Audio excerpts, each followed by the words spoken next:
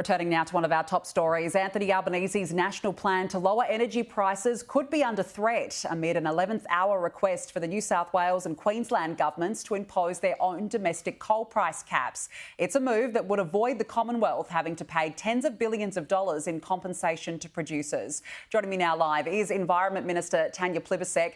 Thank you for joining us, Minister. Are you facing a standoff with the states over this?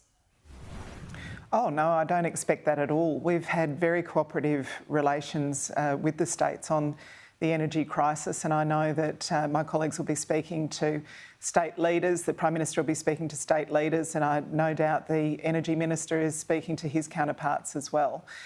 Look, we've got a real problem in Australia with energy prices. We've had 10 years of inaction under the previous government, and of course the war in Ukraine has driven up energy costs around the world. We need to do something for families and businesses here in Australia, and I know that the state governments are equally determined to deal with the rising cost of energy. It's having an impact on their economies too. So when can we expect to see an energy plan? Well, it's not for me to comment on the negotiations that will happen at National Cabinet between the Prime Minister and the Premiers, but we are absolutely determined to do something about energy prices. We did inherit a situation where the previous government had 22 separate energy policies over 9 years and hadn't landed a single one. And, you know, globally, the cost of coal and gas because of the war in Ukraine is very high, unsustainably high. But we need to deal with that domestically here in Australia by doing what we can with our coal and gas producers, making sure that we've got energy supplies available for Australian businesses, particularly those high energy businesses like manufacturing. We don't want to see jobs lost. We know that this is hitting the family budget as well. People are really worried about their home electricity prices. It does show a couple of things though. It shows that we should have got on to the energy transition much earlier. If we weren't competing globally for coal and gas, if we were had more renewables in our grid already, we wouldn't see these huge energy costs spikes that we've seen in recent times.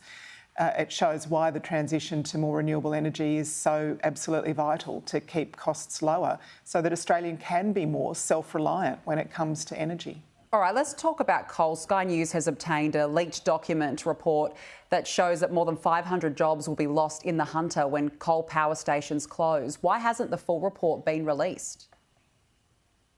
Well, I've only seen the reports in the media as you have, but let me say this.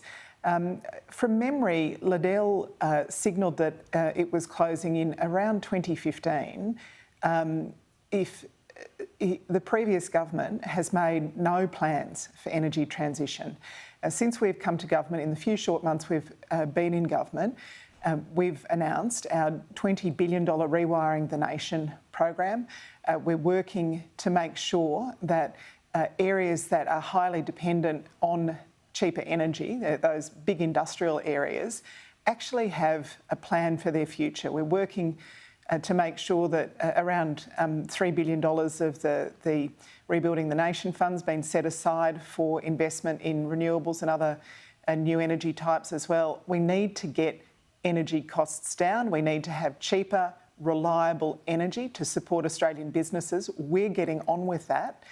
It's a shame that we're coming in after 9 years of inaction. I think the previous government has known about the coal-fired power plant closures for many years, and none of this has come as a surprise. What's been missing the whole time is a plan for the regions and the workforces that we're talking about.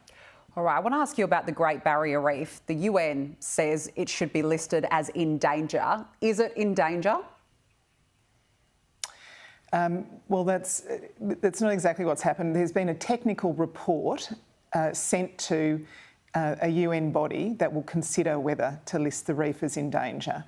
And we say that it doesn't need to be listed by UNESCO as in danger. It doesn't need to be singled out. Now, I absolutely acknowledge that climate change is a threat to our Great Barrier Reef, as it is a threat to every coral reef in the world. As oceans warm, we will see more frequent mass bleaching events like we've seen on the Great Barrier Reef in recent years. But the Great Barrier Reef is one of the best managed reefs in the world. We're spending $1.2 billion to deal with issues like water quality runoff from the land, like crown of thorns starfish outbreaks, working with our scientists to rebuild our reefs, including what they're calling coral gardening, encouraging spawning of coral so that we can replant our reefs. We are working with traditional owners to make sure that they're able to deal with invasive species on the reef. We're working with commercial fishing companies to make sure they're reducing their bycatch. We're working with tourism operators. This is a massive effort to protect and restore our reef for future generations. No one needs to tell us to take this seriously. No one needs to tell us. No one loves the Great Barrier Reef more than Australians. We're prepared to invest, we're prepared to put the work in, and I've got to say that the biggest change in recent times is being prepared to legislate carbon pollution reduction, 43% by 2030, zero net emissions by 2050. Our contribution to reducing carbon pollution, our contribution to keeping global warming below 1.5 degrees is the biggest and most important thing we can do to protect our coral reef and coral reefs around the world. Okay, Tanya Plibersek, we need to leave it there. Thank you so much for joining us.